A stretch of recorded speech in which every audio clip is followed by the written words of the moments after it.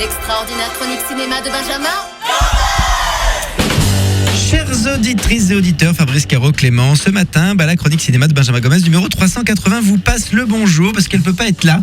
Elle est restée chez moi. Regardez à nouveau l'exceptionnel DVD du documentaire sur le pilote automobile Ayrton Senna. Senna, sans peur, sans limite, sans égal, réalisé par l'anglais Asif Kapadia. Alors Fabrice, toi qui es un grand passionné de sport automobile, tu l'as vu et je crois que tu as bien aimé. C'est pas que j'ai aimé, c'est que carrément j'ai adoré, c'est passionnant. Et t'as raison, alors je vous rassure, le film n'est pas réservé qu'aux passionnés.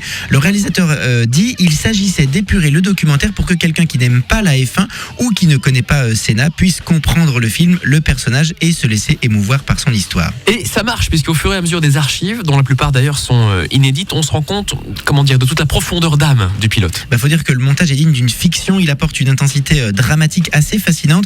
On découvre son ascension du Brésil et les courses de karts aux circuits mondiaux, le succès et puis surtout, une fois arrivé au sommet, son combat contre l'énorme machine organisatrice dirigée par Jean-Marie Balestre qui était ami avec Alain Prost. Oui, le combat entre Prost et Senna pour la première place au championnat du monde, ça m'avait passionné, ça avait passionné plein de gens. Et là, on retrouve dans le docu tout le suspense de l'époque, les disputes filmées. Tu sais même pas comment c'est possible que des caméras aient été là à ce moment-là. Et puis surtout, tu comprends les différences de traitement imposées par Balestre en fonction des pilotes. Alors, le plus beau, c'est que Senna, ça l'a pas empêché de devenir champion du monde en 1988. J'adore sa phrase après la course de Monaco.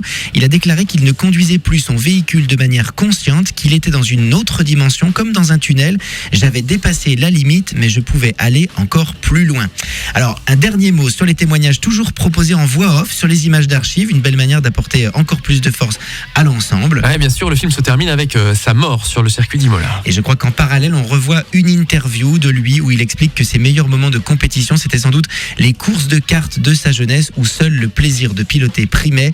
Senna, sans peur, sans limite, sans égal, en DVD, Blu-ray et édition collector avec un très beau livre. Ça sort aujourd'hui. Bonne journée et bon DVD. Retrouvez tous les podcasts sur wifm.fr.